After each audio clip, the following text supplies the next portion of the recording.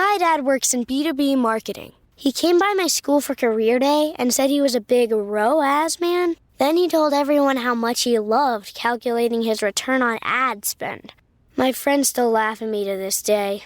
Not everyone gets B2B, but with LinkedIn, you'll be able to reach people who do. Get a $100 credit on your next ad campaign. Go to linkedin.com/results to claim your credit. That's linkedin.com/results. Terms and conditions apply. LinkedIn, the place to be, to be.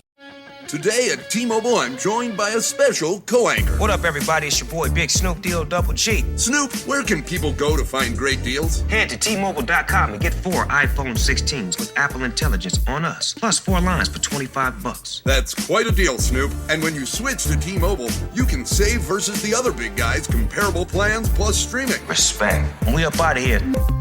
See how you can save on wireless and streaming versus the other big guys at T-Mobile.com/switch. Apple Intelligence requires iOS 18.1 or later.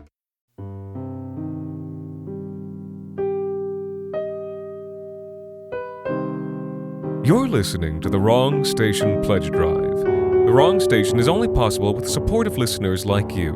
Become a subscriber today by visiting patreon.com/thewrongstation. You'll receive access to bonus episodes, behind-the-scenes discussions, our new book club, and so much more. Today, The Wrong Station is proud to present Black Dove by Alexander Saxton.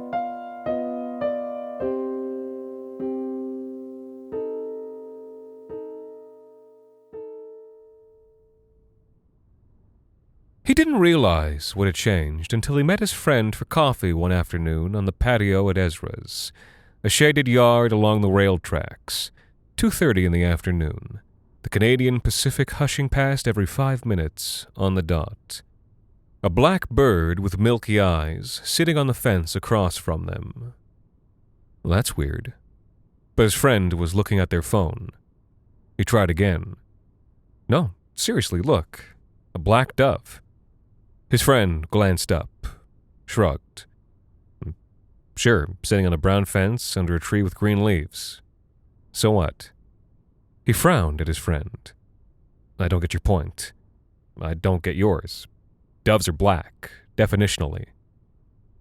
He hesitated. Is this a bit you're doing? Is this one of your funny jokes? Is this one of yours? A few minutes later, he went to the washroom, pulled out his phone, and image searched dove. All the results were photographs of black birds with milky eyes. He made excuses to his friend and hopped on a train downtown.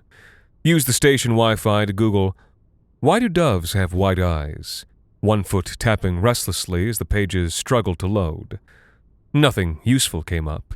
The closest thing was an article about how pigeons with large pupils were bad for racing because of their weakness of will.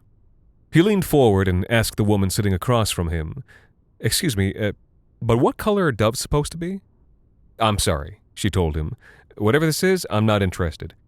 Look, could you just humor me? I promise I'm not. Leave me alone." She stood up and moved down to the end of the car. Several people were looking at him now, and he stared hard at the floor. He realized he was sweating freely. When he stood to face the black glass as his train approached the station, the reflection was pale, with a wide whiteness to the eye.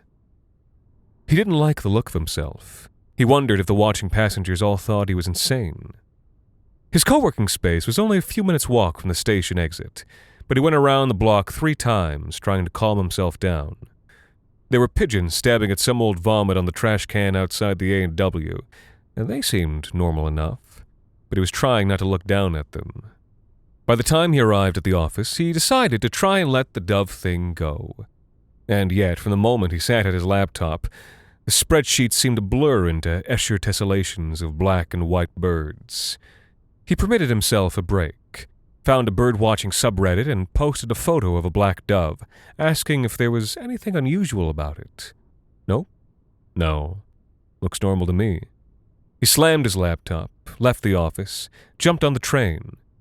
He wanted a drink. His fingers drummed on his legs as the vehicle hurtled through darkness, accidentally met the gaze of the man sitting across from him, parted his lips in a smile meant to be reassuring, but which he knew was spoiled by the wetness of his upper lip, the strange thing that he could feel his pupils doing. Then, thank God, it was his station. He climbed the concrete steps 3 at a time and emerged onto the sidewalk a block south of the reference library.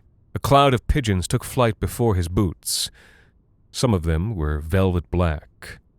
Then his eyes were down and the stained orange carpet rushing past, and after that he stood between the stacks around 598.6, Galliforms and Columbiforms.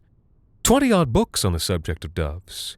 Plenty of full-color plates of pure black doves with strange, pearlescent eyes. Well, that was that. The surrender came over him in a great wash of calm. Doves were black. Had always been black. There was nothing more to think about. So then he went home and drank a beer in his chair beside the window, trying hard not to look at the doves in flight outside, trying only to watch their black shadow swirling across the brick wall beyond the dirty glass. And after that, life went back to normal. Work, family, dating, etc. He didn't realize what had changed until he met his friend for coffee one afternoon on the patio at Ezra's, a shaded yard along the rail tracks, 2:30 in the afternoon, the Canadian Pacific hushing past every 5 minutes, on the dot. A loose splinter pricked him as he pulled the chair out. "You all right?" his friend asked. "Yeah, sure." It was just a sliver. He pulled it out, pressed against the pad of his finger until a little drop of blood was raised. "Weird question," he asked his friend. "What color is blood supposed to be?"